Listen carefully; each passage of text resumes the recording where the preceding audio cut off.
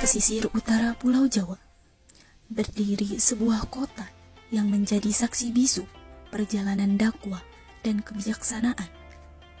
Disinilah kisah seorang ulama besar bermula, seorang tokoh yang tak hanya menyebar Islam, tapi juga menyatukan budaya, politik, dan cinta tanah air. Pernah dengar soal makam Sunan Gunung Jati yang di dindingnya dipenuhi piring-piring kuno dari berbagai negara? Ada dari Tiongkok, Persia, sampai Eropa. Tapi, siapa sebenarnya Sunan Gunung Jati? Dan kenapa makam seorang ulama dihiasi seperti museum keramik internasional? Sunan Gunung Jati yang memiliki nama asli Syarif Hidayatullah, keturunan langsung Nabi Muhammad dari jalur ayahnya yang berasal dari Mesir, dan dari ibunya Nyai Rara Santang, putri Raja Pajajaran.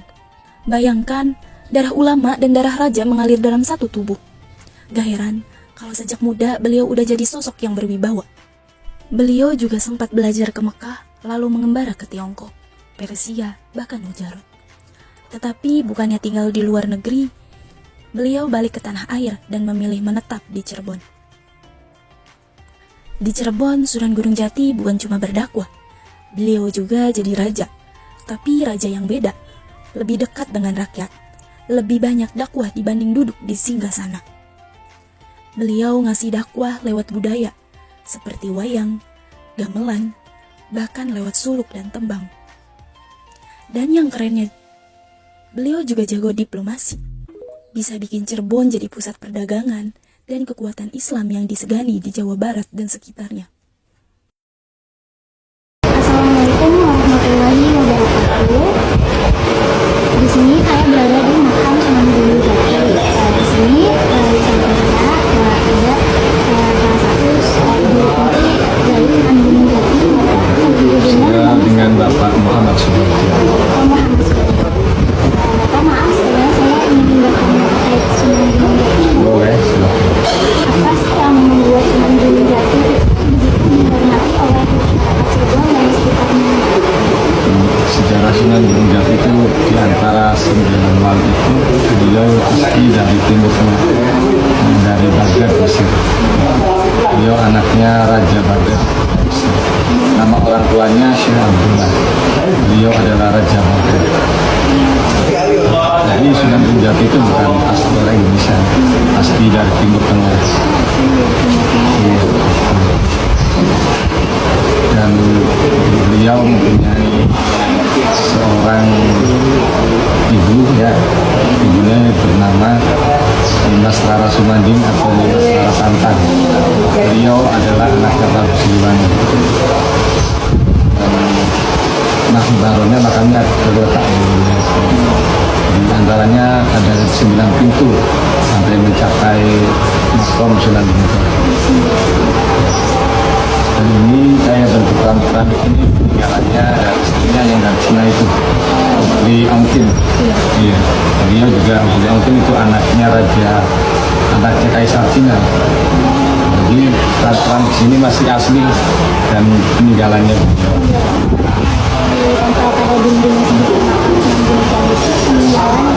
Istrinya, iya.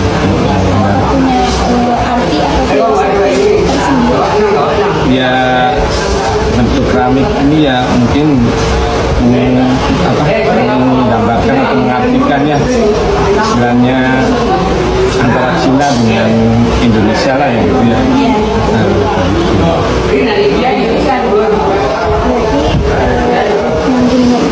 Karena memang beliau itu berasal dari Timur.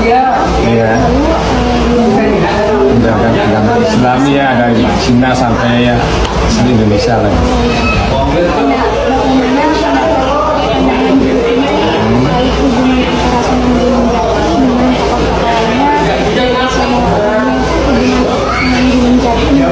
Ya, hubungannya sangat erat sih sama Muslim kita ya sekarang. Dan di sini alhamdulillahnya banyak penjara pengunjung. Pertama di antara 9 wali tersebut dia adalah paling termuda. Berarti Sunan Gunung Jati ini salah satu Termuda. Istilahnya di sini kita istilahnya cara kita minta sama Allah ya. Di sini minta sama Allah, minta barokah dan karomahnya Allah, terutama bisa dibantu. Apakah ada pesan atau ajaran yang dipegang oleh masyarakat Cirebon yang dianggap dari Sunan Gunung Jati? Wasiatnya beliau Sunan Gunung Jati itu insun titip ya, misal saya kan titip setelah titip musola tempat kiblat dan parkirnya ya masjid dan parkir miskin. Jadi ya mudah-mudahan para penjara seluruh muslim ya istilahnya dianjurkan lah gitu istilah wasiat tersebut. Kita harus saling berbagi lah gitu ya.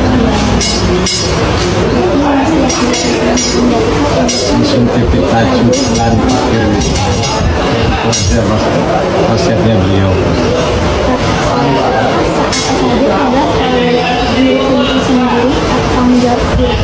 Ya, saya sebagai tugas juru kunci atau pengurus makam Sunan Gunung Jati. Ya, di sini kita istilahnya menerima tamu dengan baik.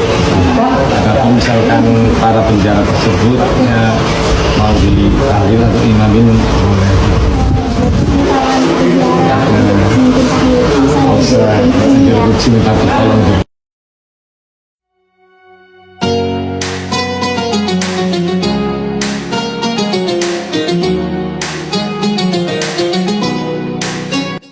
Akan kurang lengkap rasanya jika berkunjung ke situs makam Sunan Gunung Jati tetapi tidak menyambangi 7 sumur yang konon dianggap keramat. Yang pertama, sumur Jatimulya. Sumur Jatimulya, arti kata Jatimulya juga bisa diartikan sebagai hakikat dalam artian manusia. Yang kedua, sumur kesepuhan. Sumur kesepuhan ini berarti sumur yang sudah tua atau sepuh yang memiliki berkah sebagai wasilah pemberi lindungan dan pemenuhan berkah.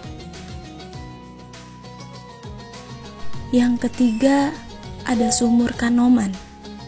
Sumur Kanoman ini berbeda dengan sumur kesepuhan. Sumur Kanoman berarti sumur yang muda. Nah, dari sumber-sumber 7 itu semua sumber Kanoman yang airnya dipakai untuk keperluan makom, keperluan makom ya. Yang keempat, ada sumur Kamulyaan. Sumur Kamulyaan secara maknawi, sumur ini adalah gabungan dari ketiga sumur, yaitu sumur Jalatunda, sumur Tegang Pati, dan sumur Kejayaan. Yang kelima, ada sumur Jalatunda. Sumur Jalatunda dipercayai memiliki makna bahwa manusia ketika hendak melakukan sesuatu perbuatan baik, janganlah ditunda-tunda. Yang keenam, ada sumur Tegang Pati. Sumur Tegang Pati sebagai sumber penghilang sifat-sifat buruk. Yang terakhir ada sumur Kejayaan. Sumur ini dipercayai dapat bertuah keselamatan dan perlindungan diri dari berbagai bentuk serangan jahat dan nasib buruk. Nah, tidak lupa di sekitar makam Sunan Gunung Jati banyak kios dan pedagang yang menjual berbagai jenis cenderamata atau oleh-oleh khas Cirebon loh, seperti batik Cirebon, kerajinan tangan, dan juga ada makanan khas Cirebon seperti emping melinjo, kerupuk ikan, atau petis.